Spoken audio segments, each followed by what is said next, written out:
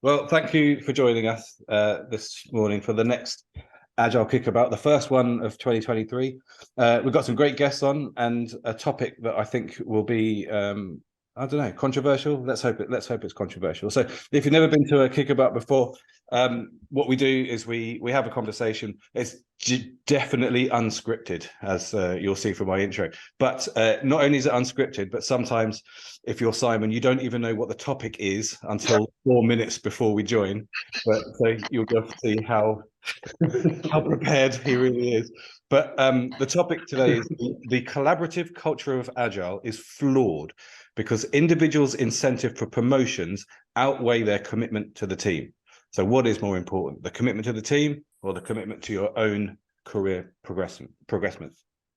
So we have with us today our regulars, Maggie, Darren, Simon, myself, and we also have a return of Natalie Seater. If you haven't seen her first one, please watch that because bloody amazing. But otherwise, we have Natalie Seater, who's the Chief Product Officer from OAG, and we also have with us Scotty. Scotty has run medium-sized transformations as an Agile coach, as a team lead in both public and private sector. He's also got a master's in private sector economics, so perfect for today's topic, and currently running a transformation that comprises over 100 Agile teams. So definitely perfect for today's topic. So in that case, shall we begin? Does anyone want to kick us off? Does anyone have any thoughts or feelings? Does anyone put one side of the fence or the other on whether one is more important than the other, team collaboration versus personal progressment?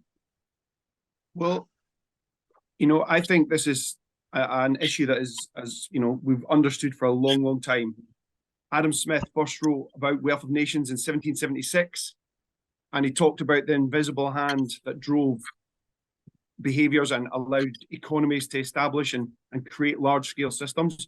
And the invisible hand is the individual incentives that drive everyone. So as soon as you start scaling a system up, individual incentives are critical. So when you start thinking about a dimension of time for your Agile activity, whatever it is, yes, you can create, a great vibe in the short term. You can create a great sense of collaboration in the short term. But over the long term, if you want to retain people, if you want to keep people, then individual incentives matter. And with any company, that is going to involve people going against each other, being pitted against each other for future promotions, and therefore stopping that becoming insidious or disruptive is a huge challenge. I suspect it also depends very much on the industry or the type of individuals with the skill sets. So for example, the sales sector, throughout their life, a salesperson will have come from a background where it's all based on individual performance, whereas developers less so. So therefore, maybe some job roles are more likely to be happy with sort of teamwork, rather than, for example, someone from a sales background who has had it sort of, continually reinforced that it's all about personal performance.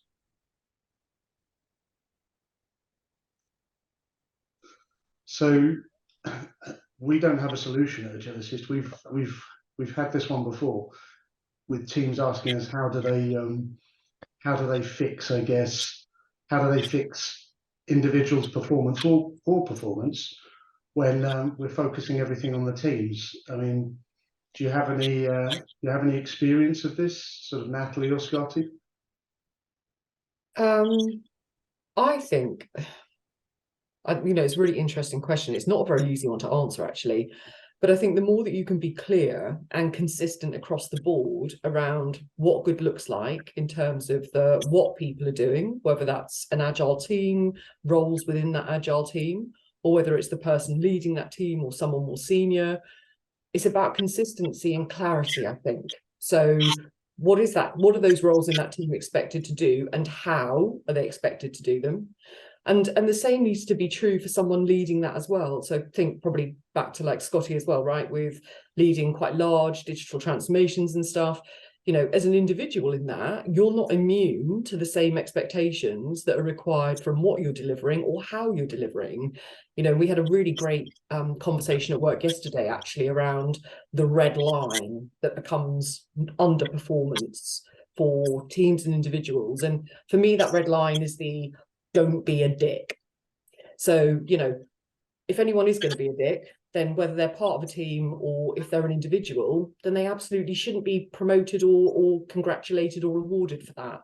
So I think clarity and consistency is important, both in terms of what good looks like from a what and how perspective, but also consistency and clarity of what good does not look like, and making sure that people don't get promoted when the teams can see that sort of behaviour or lack of performance unravelling, if that makes sense. Obviously, I can see you nodding a bit, so I'm hoping it does. Absolutely. I mean, kind of, you touched on that point of when the teams see people. So I think creating great team dynamics, great team atmosphere, great collaboration is entirely possible over a 6-month, year, 18-month period. But at some point, the team and people are going to see people get promoted, see people get advancements, see things that no matter how much we think about it, you know, we've all got internal drivers and motivations and where we want to see our life going. And when we see people achieving that, we make a judgment. We always make an internal judgment about where we think we sit relevant relative to that. So understanding what drives people and understanding, you know, what the true motivations are, and we can maybe come on to maybe some Daniel Pink and, you know, intrinsic and extrinsic motivations and what really drives people, but seeing what drives those individuals, and when they see things that maybe they don't align with their own internal expectations, I think you've got an issue. And like, there's always a temptation for people to want to be able to say, I did this, and therefore justify their own future advancement, or I did this to justify a pay increase, or I did this to justify whichever it is their motivation.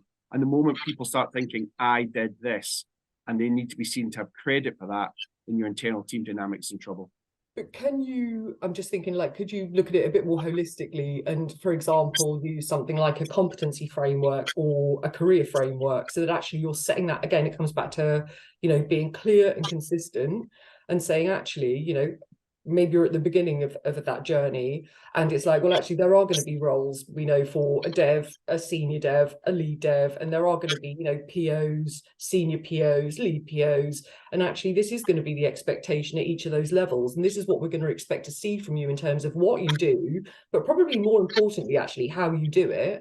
And then at least you're showing them that, you know, there is a clear pathway for them to avoid that being in that situation of, you know, hang on, why haven't I been promoted? You know, I can see John's being promoted. Why aren't I getting that bite at the cherry?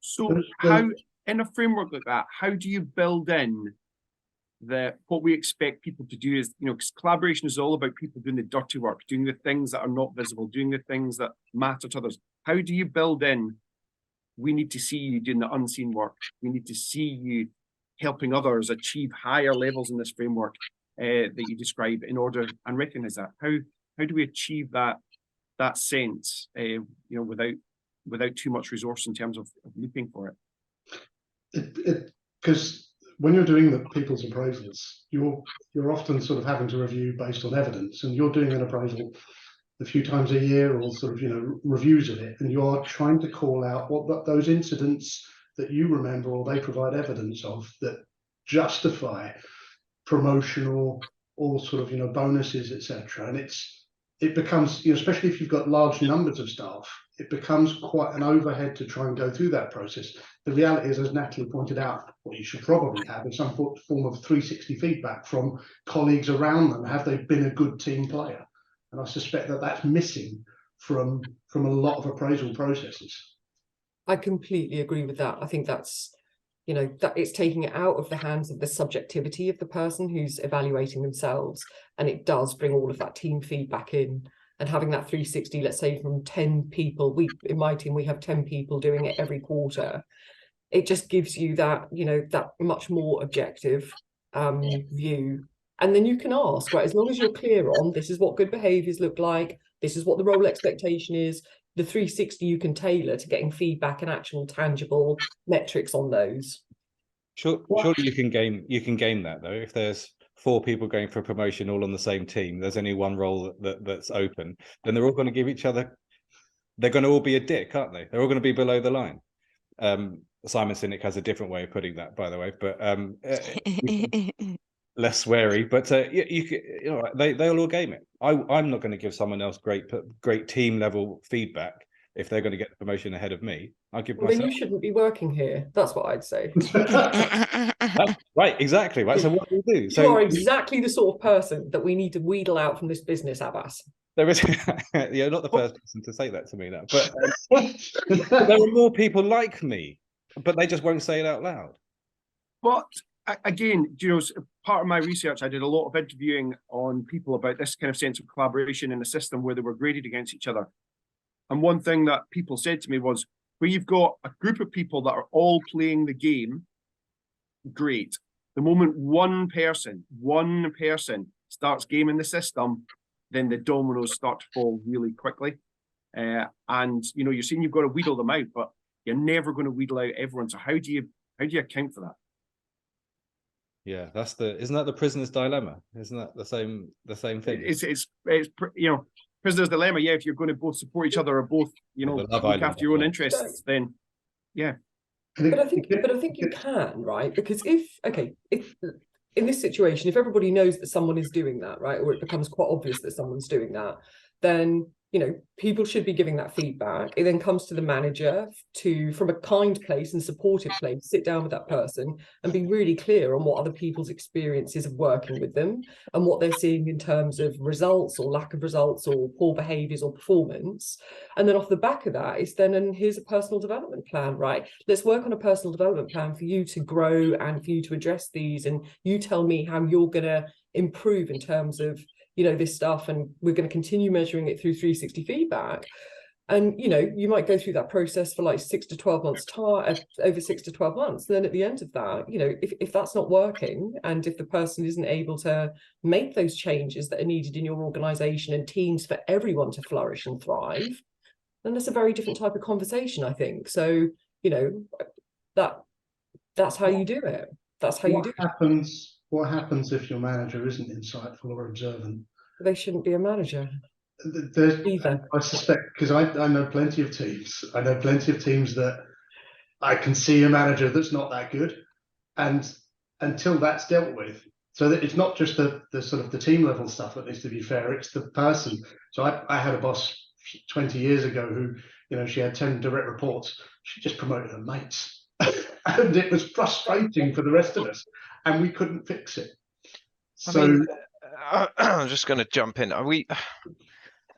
I think absolutely that individuals need to be incentivized, but I also think teams need to be incentivized. I think there needs to be a blend of the two. And I think a lot of the, particularly I haven't had any experience in the public sector, but in the private sector, a lot of it is, I think, to do with the way that it's structured.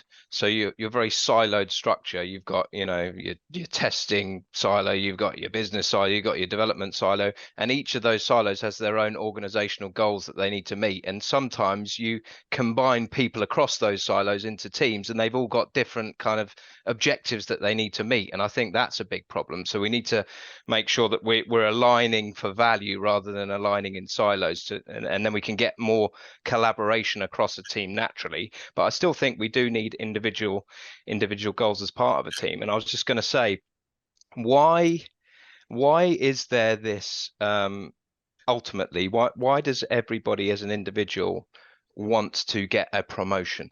What is it? I mean, we can talk about the Dan Pink stuff and the intrinsic motivation and all that good stuff, but what is it? What are the things that people are arguing about?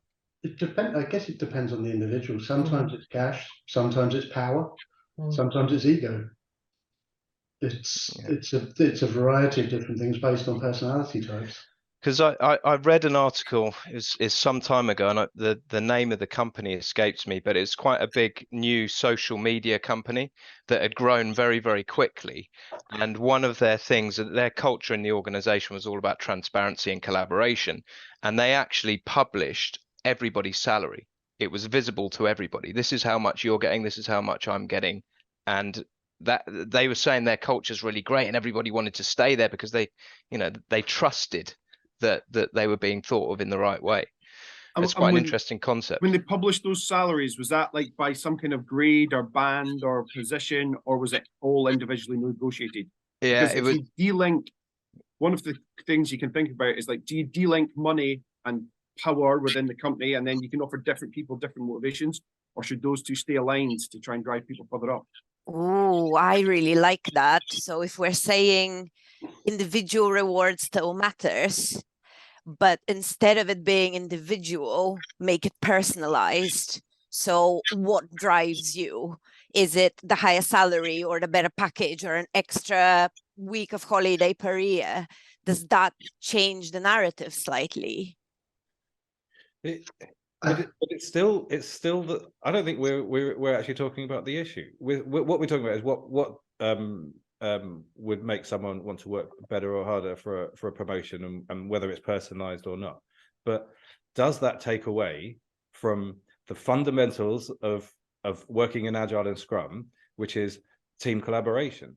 It's about the team. And remember that in Scrum, they don't have those different roles, right? There is no team lead, there is no senior dev. You're either the Scrum Master, product owner, or team member / developer, right? That's it. That's all you've got, is those three. But to Darren's point, what is it that people want promotions for? So why bother focusing on my individual incentives? And reality, like anything in life, even people that are playing games on computers, that the game manufacturers have worked out that if we give them some sense of progression, then they're happy.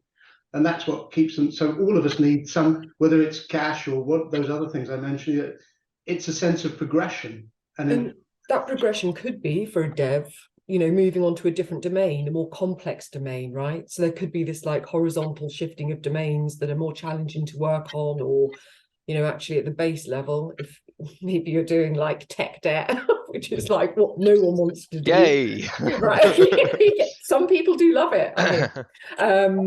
But I think it's how creative. You're right. It's about tapping into those individual needs. But promotion doesn't necessarily mean up, power, money. This. It can be. I think learning and stretching this actually is the biggest promotion I can get. Of course, I like money and I like the ability to affect change on a broader scale. But actually, if I'm not learning every day, and if I haven't got more complex problems to solve, then that's almost like a punishment for me, if that makes sense. But yeah, if you take that back to the Agile team, and Ab's point there, if you've got 4 developers, and each of them can say, we delivered this. So they've all got the same statement, the same thing, and there's one role available to go into that more complex environment, and there's another role where someone's going to have to go and do a lot of dirty tech debt work. So the opportunities at the end of the project are very different, depending. But the statement from everyone is, we did this.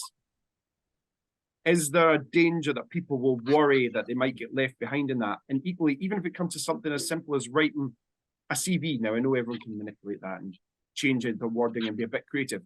But if you write, I led a 40-team Agile transformation, sounds great.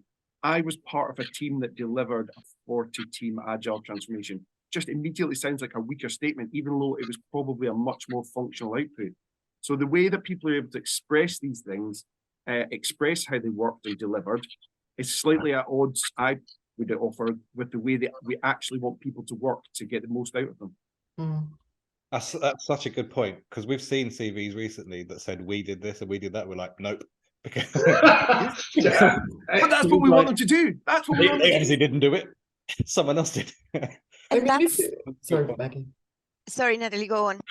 I was just going to say, right, if it was an internal sideways moving into a more complex domain, and within the existing, or in the existing Agile teams, there were like 4 people who applied for that, then wouldn't it be great and maybe slightly mad if you said to those existing, if you were really transparent and blew it up and said, we've got this opportunity over here, it's working on a more complex domain, Bill, Bob, John and Sonia have applied for it, and Agile teams, vote.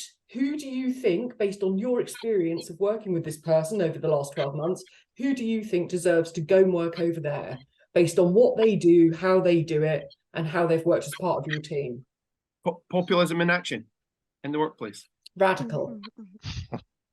Good. But it's no difficult to the, it's no different to the salary transparency that Darren was talking about, actually, right? It's very much, you know, let's be really transparent, let's have the open conversations, and let's be, you know, let's actually be really upfront with these people around why or why not they aren't the right person. English is really bad. Why they are or why they aren't the right person to go and fulfill that new role. Do you think that a kind of broad-based selection on that would give you the best person for the overall company? Or do you think that, you know, there's an element of ruthlessness required, and where that ruthlessness comes in, that's where we get this tension? I think it depends what level of seniority you're talking about in a business. Kind of feel like I want to say unfortunately on the end of that sentence. But I do think that, you know, if you're clear around what good looks like in terms of what and how, whether, and if that's at the dev team level, the agile team level, or if it's a management level, then actually, and if your people understand that, your people should be entrusted to help you make those decisions, I think, in that example. Entrusted, but maybe do they have the knowledge to make that choice? To Scotty's point, you know, how would they know what, for example, a sort of, you know, a head of operations, what their skill set. Well, you'd have to share it with them, right? You'd be like, we've got this role here, this is what it is. 4 people from your business area have all shown an interest. You've worked with all of these guys, girls. You know, do you think they're going to be a good fit for this based on what you've learned from working with them? Do you think they've got the skills? Do you think they've got the right behaviours, having worked with them as part of a team?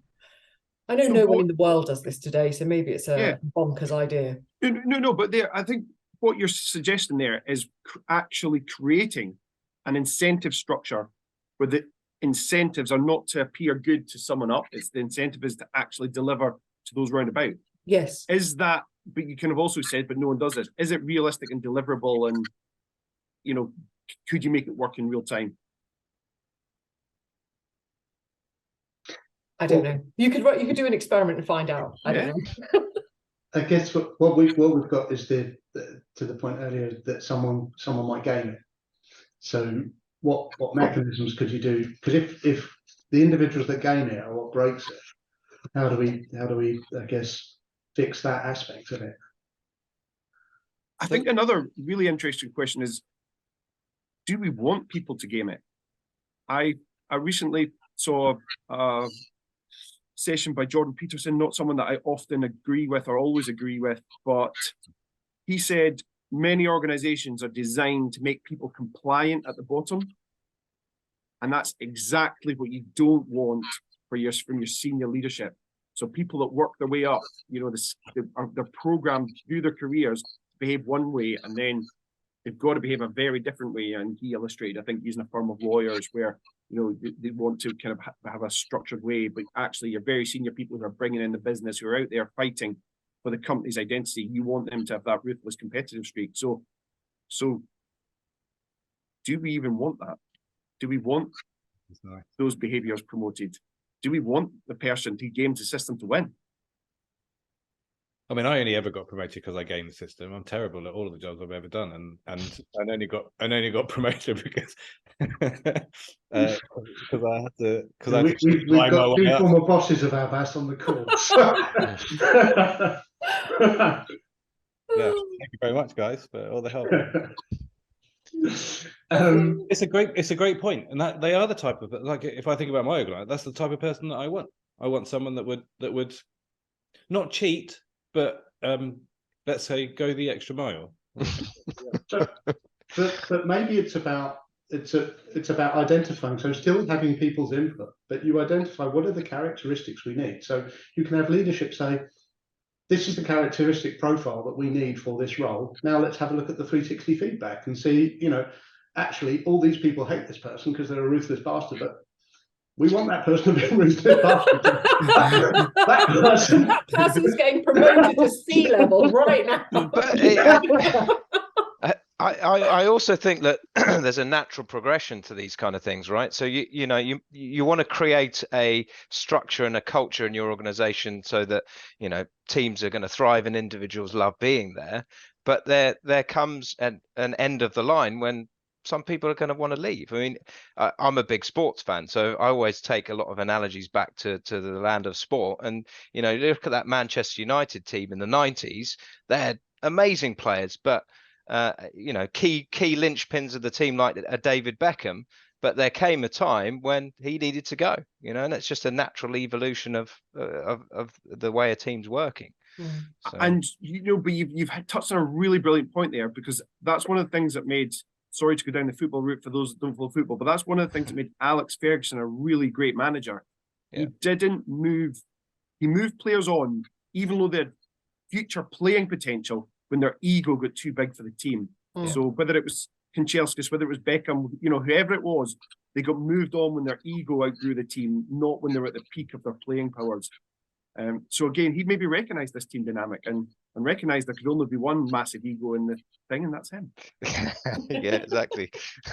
I'm the best of management there. Maybe it doesn't need fundamentally changing though. Maybe it's not that broken. Maybe it's just including, can they be a team player? They can still be individuals, they can still get their individual promotions, but maybe just a greater focus on how good at being a team player they are for roles that require it. But how do you measure? Do we measure the team's success, or do you measure how good they are at being in a team? Because I could be a great team player, but the team still fails. Do we care about and what do we ultimately care about is value, right, in the organization? So how do we measure that? I would want to measure that on, does the team succeed? And therefore, do we just promote everyone in that team? Whatever promotion means, whether it's personal, sideways, intrinsic or cash, whatever we're talking about promotion, but we just promote the entire team. The entire team does well. Obviously that will benefit the one or two slackers in the team that game the system that way. Well, I can just coast now, can't I? But how about that for an option? Yeah. The team, if the team does well. Well, you're like the reward of being a team player in a football team. Sorry, I know nothing about football, but I've been watching Ted Lasso. You still know nothing about football. but so therefore the reward, you get ticks. So this person was part of team X, Y, and Z. When he was on part of X and Y, that team performed really well. So therefore they have 4.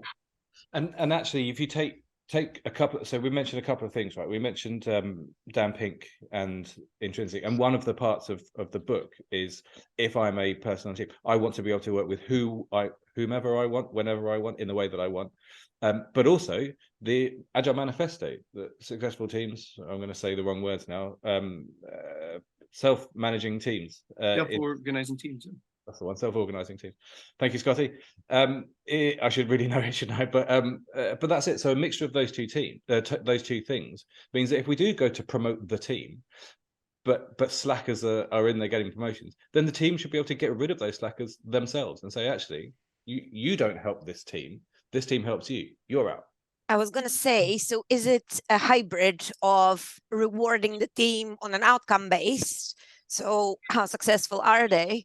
But then including then on the individual level, something around what Natalie was saying earlier around the 360. So you can then surface things like, you're not directly measuring the output of this person, but you can look at the 360 and say, yeah, they might be delivering a little bit less work, but actually they're junior who has done loads of swarming with someone and has really, really upped their skill and level and has put the effort in, even though the output is not as high as someone senior who has more skills and more ability to be more efficient. They're really putting the effort in. Equally, someone senior can get the feedback of, well, they did loads of swarming with more junior people. They shared a lot of knowledge out. So you get that kind of context information added to the performance of the team. So how do we feel about something like that? So we It's an we're giving interesting people a point. team working bonus then, are we? Yeah. But is It's an that interesting okay? point there, because if I was a high performing team and I'm going to get bonused on how my team performance is, I'm not going to want juniors in there. I'm gonna kick juniors out. If I'm gaming the system, if I'm part of 3 senior devs, I want more senior devs because I get a bonus. So you're going to kind of game the system in a different way, and kind of try and control the best people. Absolutely. Kind of go back to your point there about, do we promote everyone? And is that realistic? Can we just like have a promotion culture where whole groups of people get lifted up and almost opportunities are created to match the team rather than the other way around? I do think the kind of mix between what Natalie talked about earlier and what Maggie talked about there in terms of, I don't think anyone can do this really well, but it's something about this 360 and data and getting different types of data. Just like many other problems in the world today, is there something about data and collecting data in a different way and analyzing data in a different way that can help us kind of break out of this? I believe so. It's adding more pieces to the puzzle to get the full picture, right? Yeah. No, I agree completely. And I like the idea of, I don't know if it's the done thing though, when it's been proposed before, people like, you shouldn't financially incentivize scrum teams, right? That's what I've been told. Slippery slope. But if you did have that, if it was an overarching team incentive, and to Maggie's point, actually, maybe the team hit that, and maybe that team has got an incentive of $50,000, right, for that team if they hit the goal, whatever it is, right, that they're heading towards. And then there is an apportionment of that within the team, but maybe the team 360s back on itself to say, yeah, do you know what? Abbas really did pull his weight. Abbas was a brilliant team. It's your metrics point here, Scotty, right? Was he good? Was his work high quality? How many bugs did he have? There's a whole what piece here around what he did. And then it's like, and how was he? Was he participating? Did he go over and above? Was he respectful? I don't know what those things are, but from that, the team, and I like the self-managing point around, the team should be empowered and they should know better than anyone who has performed to contribute to that result. And to your point, Simon, around if we're 3 senior devs, we don't want juniors in here, maybe you put an accountability on that team. This is probably completely anti-agile, to say, actually there's another metric there, which is, if your cost level is this within that team, giving them an incentive to have juniors, by the way, you incentivize them, right? So if you keep your cost below this level, you're going to get your full 50K for the whole team. As soon as your costs start to ramp up, because you're putting more senior devs in that team, your incentive starts to slip down. By the way, guys, if you take, for every junior you take in your team, you're going to get a multiplier of an additional 5% on your team incentive, because you're doing good for the business. You're doing good for the business. You're growing people. So, I can see how that could work, but I don't know if that jars with the agile practices. Maybe not the financial reward for the entire team multiplies, because I know that devs don't necessarily feel motivated that much by the cash. But I suspect the taking juniors on is good for the business. It is, yeah. It helps eradicate churn. So being rewarded for bringing people up through the ranks, that feels worthy. Well, and then I bring someone up through the ranks and they take my promotion when they're good enough. I'm hearing a lot of projection on this call. People playing like he's just telling us how he would feel, guys. But the reality is, if you mentor people, then those people will raise you up with them because they remember that. We are part of social groups and people have bonds and trust and alliances, and mentoring someone is, those people will not screw you over if you've been an effective mentor. Yeah. So we've kind of, I think there's some really good different ideas coming out here, but several people have touched on that point of, at the end, financial. Is it financial? And we've spoken a little bit about Daniel Pink. If it's not financial, if it's about mastery, autonomy, purpose, giving people that more feeling inside, is there different incentives that we could attach to our big data system, such as you now get 3 free sprints in the lovely big creative space with all the tech that's available to do whatever you think you want for the company, and with no senior leadership input, you've got 3 sprints, go do whatever it is that you think is best for the company, or whatever it is. That Do that we, I do we love have to come that. up with more That- imaginative things like that? that Yeah. really works, by the way. Yep. We did that at one of our financial services clients. They had a couple of sprints where they would just focus on something. And the one condition was that they just demoed it back to us at the end of the couple of sprints. And the amount of innovation that was done across those 2 sprints was incredible. More companies should be doing that. The other thing about sort of being rewarded for the team's performance. So maybe, you know, the teams you're part of that do well, you just get the equivalent of a tick.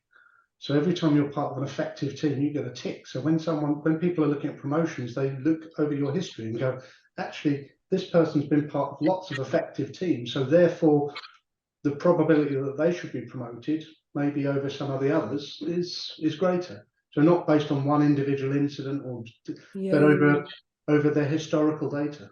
Is that it's someone's teaminess yesterday's weather? I like it. I like what you've done there, Simon. That's good. That's good. Yeah, based on your velocity, you know, we're projecting that you're gonna. Well, we've only got 4 minutes. but- We but- think about wrapping this up and thinking about a conclusion, or even better, a solution. Aren't you going to sum this up and provide a solution for us? I'll just right now. Funniest Your part of the phrase is whole based on it. call, Darren. Funniest part of the whole call. I really like the non-financial team incentives because I've also seen it work, to your point, Darren. And I think even if you look at it from the most kind of shrewd business perspective, not only are you getting really motivated, high-performing teams and individuals, but actually off the back of a 3-week innovation, you can get some really good outcomes that have business monetary value as well. So not only are you keeping the people happy, incentivizing them to work in teams, but actually you can make some pretty good cash off the back of that. Yes. Right. So let me. I made notes that I can't properly read, so I'll struggle through them. So we started with that in the short term, team collaboration is great, but ultimately, longer term, it's individual incentives that outweigh. And that was Scotty's Wealth of Nations thing. And then we talked about you have to be clear, be completely consistent and clear about people's roles, what it is that they're supposed to get out of this. And then we had Natalie's one-woman battle to weed out all the chaff, whether you're a crappy developer or a shitty manager. You've out. Worked for me before, you know this. And maybe our development plans need to be personalized, right? So it's not just all people at this level get promoted. If you succeed here, you get promoted. But actually, how do we make a personal plan to you? Your promotion can be sideways. Now we're starting to talk about intrinsic motivation. It can be sideways. There's other things that people want. It's not just bottom line. It's not just cash for everyone. And then we thought we'd fixed it with just full-on democracy for promotions. Let the teams vote. And let's see, but is yeah, right, that's cool, but can that easily be gained? And then we moved on to promoting the actual team. Can we promote the whole team rather than promoting individuals? And that will help with teamwork, but then again, that can also be gained as well. And maybe a solution is promote the teams on their team value per pound saved by the business. And that actually, I don't know, I think that has legs. Natalie, you said maybe that goes against agile ways of working and mindset. I'm not sure it does. I think that one absolutely has legs. And then Simon finished with, actually, let's look at this in the longer term, because we started with long term, let's finish with longer term. Actually, there's someone is helping a team. Do they consistently help a team? That way we get rid of the gamification part of it. So that's kind of the summary in the notes. Does anyone have any? Natalie, you're very good at summarizing, but Scotty also very good at summarizing, and it's really, we let up one of our guests summarize. Is that a new rule? I think Scott defer to Scotty. So do you know what? I think this is one of these challenges that I've not seen really. Everything works. People get promoted, incentives happen, and it kind of works. I've not seen this done exceptionally well anywhere. I think this idea about data and using data to really get under the skin and find the counterintuitive elements of this. And then really tap into people's incentives, non-financial, the things that really drive them, the things they want to do off the back of that is clear, is a potential way forward. The idea of more money, more power, more promotion. Sometimes we don't always want the same skill sets in the teams as we want up there. So again, the data will help shape that. But I think ultimately it comes back to Natalie's point at the very start. Rule 6 for the All Blacks legacy. Look it up. I won't use the same language, but it's don't be a non-team player.